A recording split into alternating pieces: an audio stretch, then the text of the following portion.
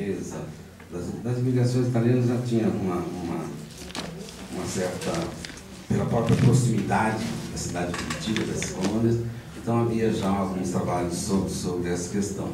Mas o norte do Paraná, a partir da década de 30, e o oeste paranaense, de uma colonização muito mais recente, meados da década de 50.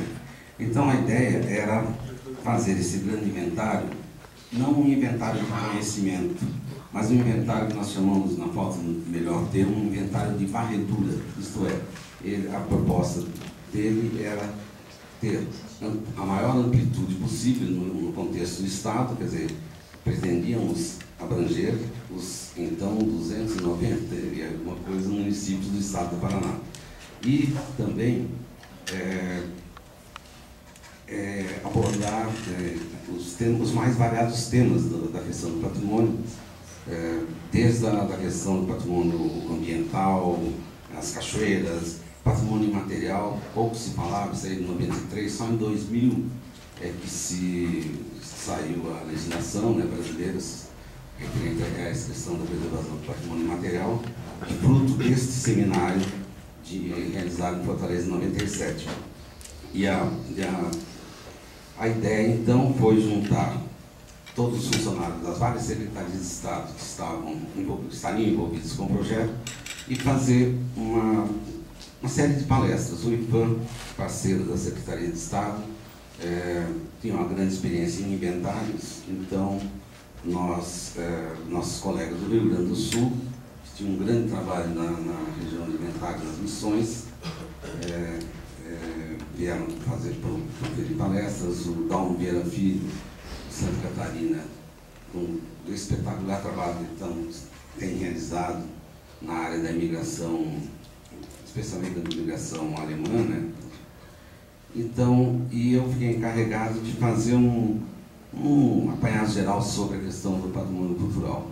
E é isso que a gente vai colocar agora para vocês, porque, na verdade, até meados do século passado, essa questão do patrimônio era, especialmente naquele século, duas grandes guerras, existia no contexto do pensamento, né?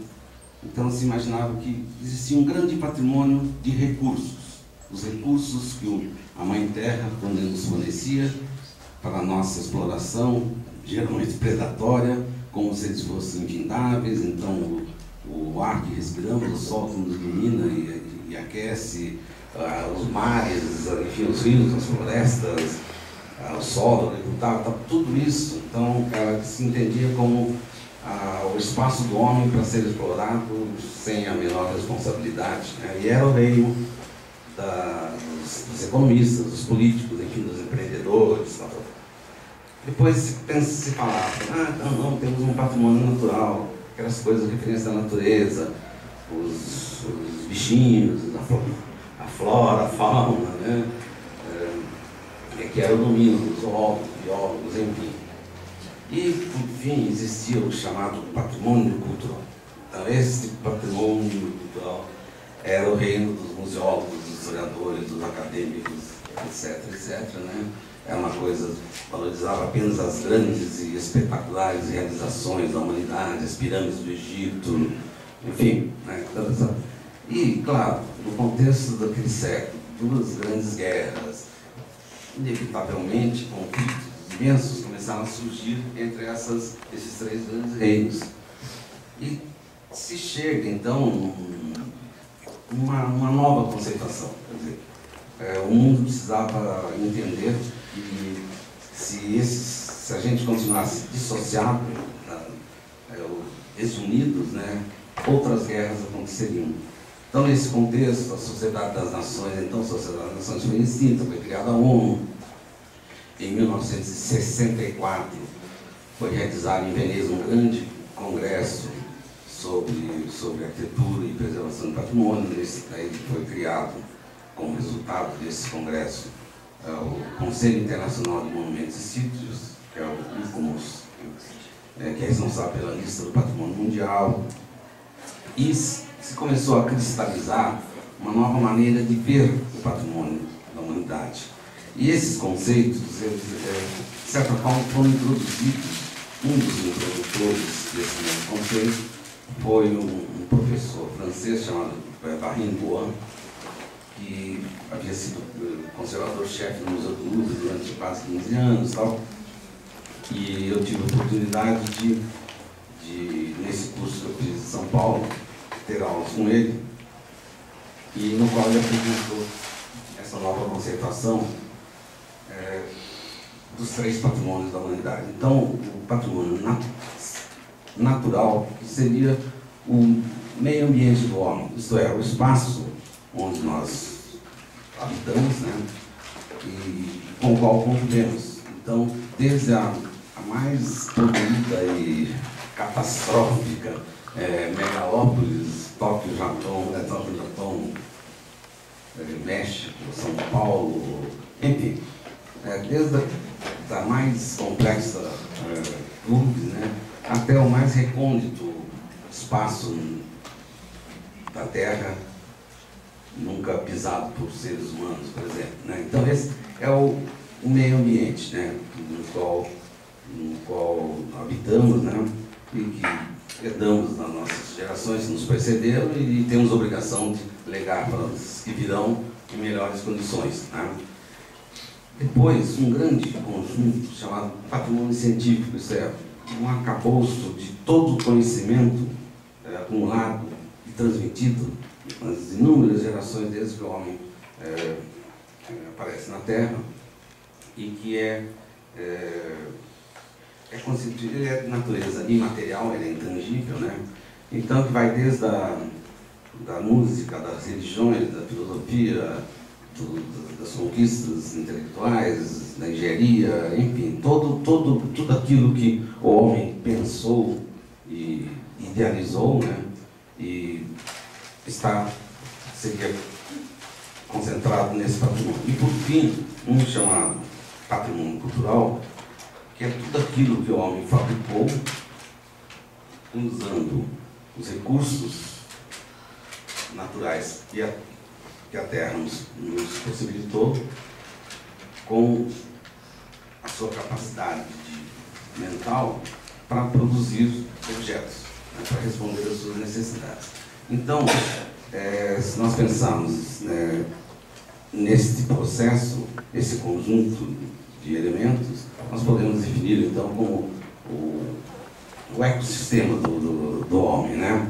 Então, o meio ambiente, o conjunto dos conhecimentos acumulados e o conjunto dos bens culturais produzidos pelo homem. Eu fiz então aquela oportunidade para sistematizar. Eu lancei mão do dicionário do Aurélio Buarque de Holanda, pegando algumas definições. Então, eu sei que cultura tem milhares de definições, né? Mas eu peguei, para evitar qualquer... eu peguei do dicionário. Então, o que é cultura? É o complexo dos padrões de comportamento, das crenças, das instituições e de outros valores culturais, de outros valores espirituais e materiais transmitidos coletivamente e característicos de uma sociedade. Memória, faculdade de reter as ideias, impressões e conhecimentos adquiridos anteriormente. História, conjunto de conhecimentos adquiridos através da tradição e ou documentos relativos à evolução ao passado da humanidade. Patrimônio, complexo de bens materiais ou não, direitos, ações, posse, tudo mais que pertence a uma pessoa ou empresa que seja suscetível de uma apreciação econômica. Inventário, lista discriminada, registro, relação, rol de mercadorias, bens, etc. Bem, só como esse texto está disponibilizado, uma necessidade de ficarem anotando tal para o escritor. Bem, então, falando propriamente sobre inventário, com exceção dos sítios arqueológicos, quando o próprio ato de inventariar é equivalente, por força da legislação, à figura jurídica do tombamento, que é a proteção, né? Todos os outros, as outras antigas, elas devem estar integradas num programa de tentativa de conhecimento, né? Através dos inventários. E esse inventário, ele deve ser entendido como um meio para se conseguir um determinado objetivo, não como uma finalidade em si, né? O inventário, ele não é fim, ele é um meio para se atingir uma coisa maior, que é a preservação, o conhecimento e a preservação do patrimônio cultural. Também a preservação, ela não pode também, da minha forma complementar, ser entendida como um fim em si mesmo, porque ela deve necessariamente, só tem sentido, quando ela está articulada ao resgate da memória de um povo, de uma comunidade, enfim, né? E esse fato, a questão da memória, da sensação de pertencimento, onde ficou bem claro a questão do eu aqui, você ali, não sou daqui, sou de lá, né? A coisa da galera, da tribo, sei lá, né? Então, isso daí é um elemento fundamental, né? Essa sensação, essa consciência de pertencer é fundamental para a construção da cidadania, né? Enfim, de uma identidade, seja ela nacional, local, regional. Bem, então, nós temos que lembrar também, só é passível de ser preservado aquilo que a gente conhece, né? E só se consegue preservar eficientemente aquilo que uma comunidade, um conjunto de pessoas reconhece como importante, né? E identifica aquele objeto, aquele conjunto de objetos, como testemunho do seu modo de vida, de alguma coisa que tenha referência com ele, né? Então, nós podemos, assim, em vista de tudo isso que a gente falou, nós podemos, então, conceituar os bens culturais como aqueles artefatos nos quais se reconhece um valor adicional de natureza não material que o distingue de seus semelhantes e, portanto, o qualifica como detentor de um significado e, portanto, ele deve ser preservado, se nós desejamos preservar os testemunhos de uma determinada cultura, de uma determinada tradição, enfim. Então, eu gosto de fazer uma brincadeira, né, com a caneta Bic, porque, é claro, então, se nós pensarmos naquele conceito que é bem cultural, uma ponta de flecha, um artefato muito simples, um bloco de sílice, percutido com uma pedra mais forte e tal, se transforma num artefato que vai ter uma utilidade. Você vai colocar num caniço, numa taquarinha, então, botar uma flecha e matar o passarinho para comer, né? Isso é um bem cultural, porque o homem retirou o produto da natureza, na matéria prima, com o seu conhecimento adquirido, ou que ele teve insight na hora, ou que ele aprendeu dos seus antepassados, ele produziu um objeto que vai responder a determinadas necessidades. A nave espacial, a estação orbital, está lá em cima nos observando, ela é um bem cultural também, porque ela é um artefato. O homem retirou o produto da natureza, manipulou com os seus conhecimentos e produziu aquele artefato que está cumprindo a sua missão. Então, se nós pensarmos nisso, tudo é bem cultural. Então, nós devemos necessariamente preservar tudo que o homem já produziu, está produzindo, né? Não teria material, a Terra teria virado uma esfera solidinha, assim, bem redondinha, uma bola de bilhar, né? E nós não teríamos mais o que fazer, né? Não teria espaço para a gente viver de tantos bens materiais, bens culturais preservados. Então nós surge a questão dos critérios de seleção, a questão do descarte. Daí eu vou fazer a brincadeira da caneta Bic. Então, assim, a caneta Bic é um bem cultural, certo? Claro, né? Matéria, produção, bem cultural. Agora, não podemos preservar todas as canetas Bics, especialmente eu estou com a vermelha, mas as azuis, as pretas, a verde, né?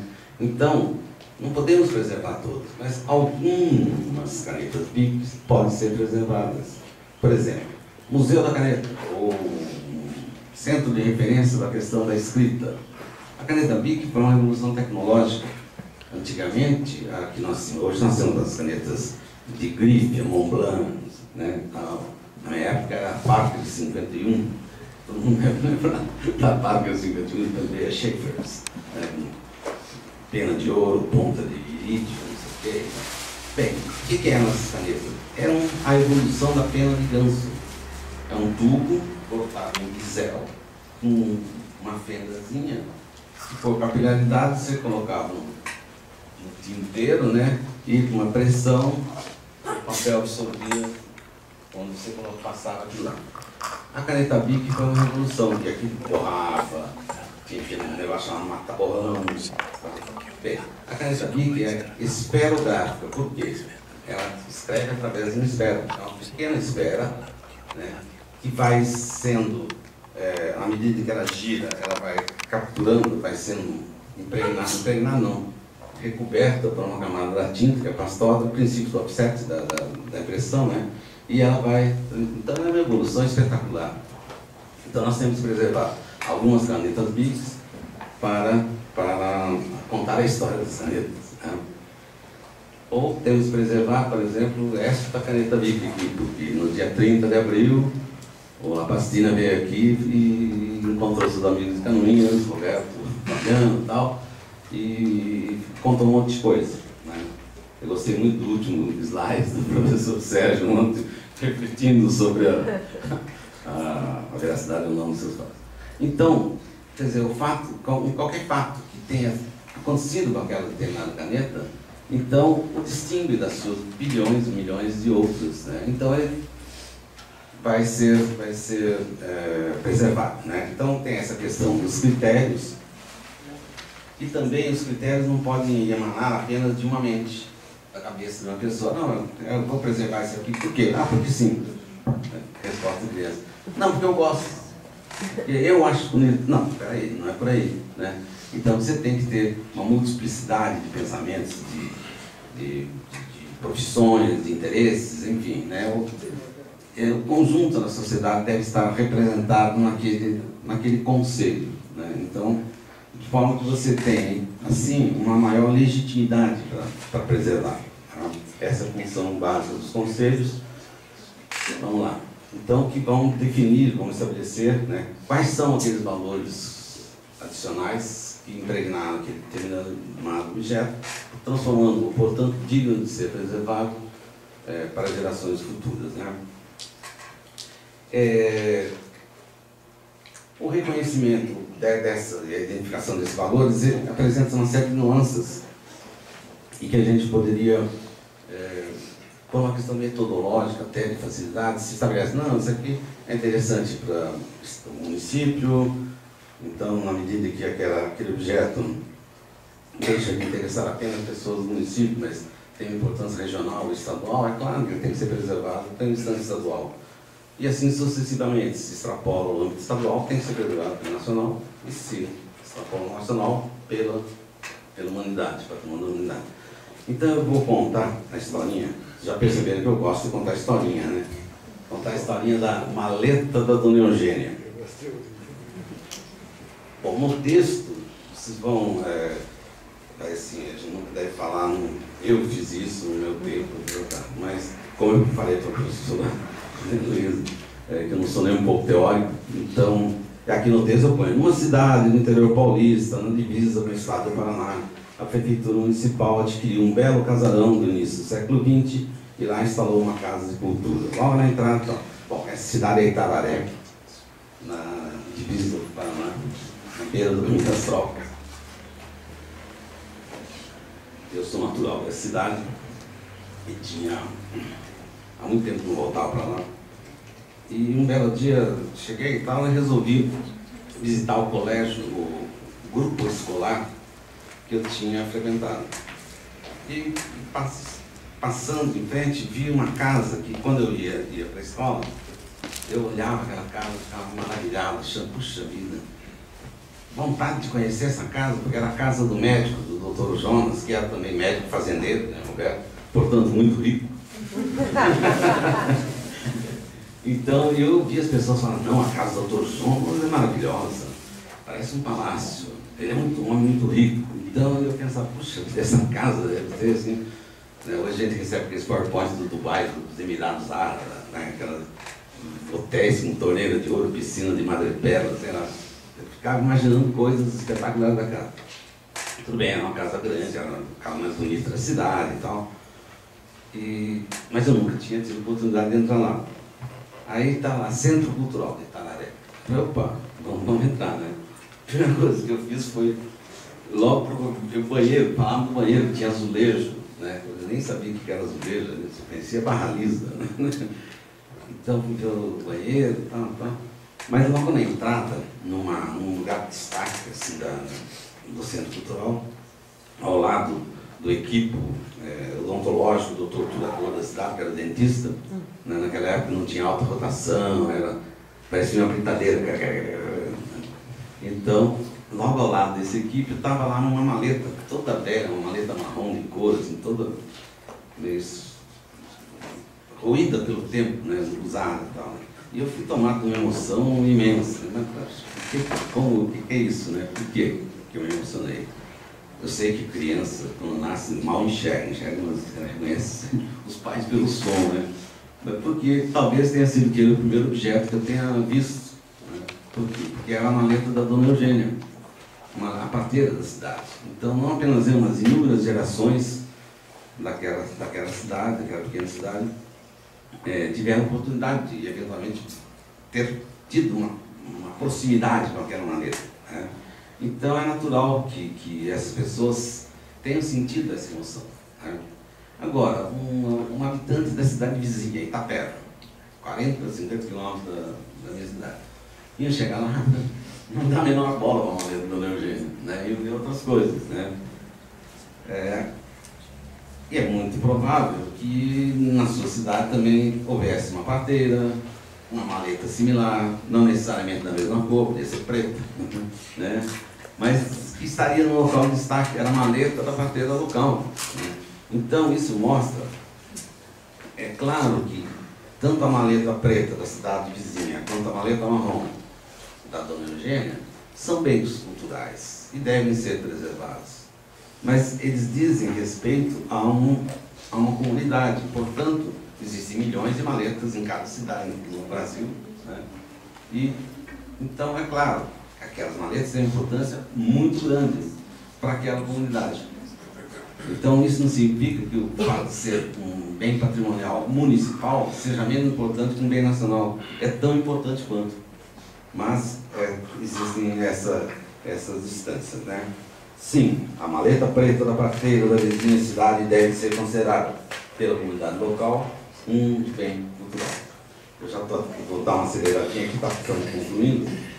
Então, se nós temos que entender então a preservação do patrimônio como um processo que está associado ao resgate de uma memória, seja ela local, estadual, regional, municipal, nacional, né? Então,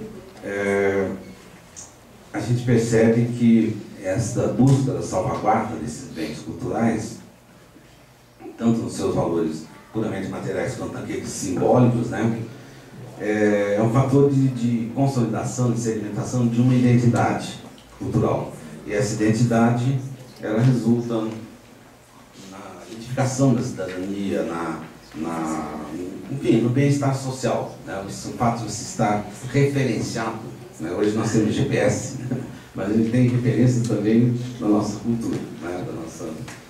das nossas tradições e tal.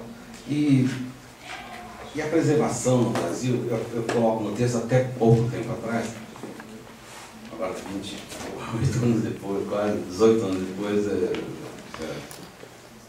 na verdade, hoje se pensa na preservação do patrimônio cultural como um todo. Até uns anos atrás, se preservava apenas as manifestações de uma elite, então as grandes igrejas, as grandes irmandades mais ricas do Carmo, né, os franciscanos, ou as sedes das grandes fazendas, do Círculo do Café, enfim, os engenhos do Nordeste e tal. E se esquecia um pouco da arquitetura popular, arquitetura da migrante e tal. Hoje não, hoje todas essas realizações, essas manifestações, essas realizações estão sendo cada vez mais valorizadas, né? Então, nós temos que entender que o registro sistemático, que é o inventário, né? Ele tem que ser entendido como processo, ele tem um começo, mas como ele deve ser sistemático, ele não deve ter fim, porque as coisas vão continuando, né? Então, o inventário não pode ser um meio, não pode ser um fim em si. Não, vou fazer inventário e fim de papo. Não, o inventário é um meio para se conseguir um determinado fim. E também só tem sentido, por exemplo, essa questão da preservação se ela estiver associado, se a preservação estiver associado aos aspectos da divulgação, da valorização, da difusão, da educação patrimonial, né? Para que a gente possa preparar então as gerações futuras para um melhor entendimento daquilo que as gerações que nos precederam nos legaram, que nós estamos legando, estamos deixando para as gerações que nos sucederão.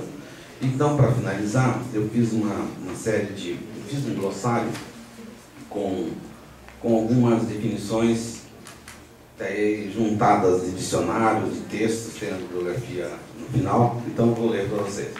Bem cultural, artefato ou objeto no qual se reconhece um valor adicional que o qualifica como testemunho de determinada cultura ou tradição. Patrimônio cultural, conjunto dos bens culturais de natureza material ou não, que confere identidade a determinada cultura ou civilização. Inventário cultural, arrolamento e registro sistemático de bens culturais, objetivando seu conhecimento, proteção e valorização. Preservação cultural, processo que envolve o estabelecimento de políticas, planos e ações com o objetivo de inventariar, proteger e valorizar o patrimônio cultural. Conservação, ação de resguardar dos danos da obsolescência, da deterioração e do mau uso dos bens culturais. Reciclagem, literalmente significa início de um novo ciclo vital. Reciclagem é a intervenção realizada com o intuito de possibilitar a sobrevida de bens culturais. Restauração, ação de reparar, recuperar ou mesmo reconstituir bens culturais, claro, em ocasiões absolutamente especiais essa reconstituição. Intervenção no sentido de valorizar determinado produto da atividade humana, respeitando os traços de sua passagem no tempo, desde que de interesse artístico, ainda que em prejuízo da unidade estilística. Isso aqui é quase um tópico da Carta de Veneza, né? Tombamento, figura jurídica de ordem administrativa que limita o direito de propriedade de determinado bem, reconhecido como detentor de valor cultural. Essa palavra tem origem na Torre do Tombo, Portugal, no qual eram guardados os documentos, os livros, né, e assentamentos públicos do próprio reino e também das províncias do ultramar. Então, está lá nos livros do tombo, né? Daí ficou tombamento, ficou a palavra tombamento. Então, gente, era isso que eu gostaria de apresentar para vocês.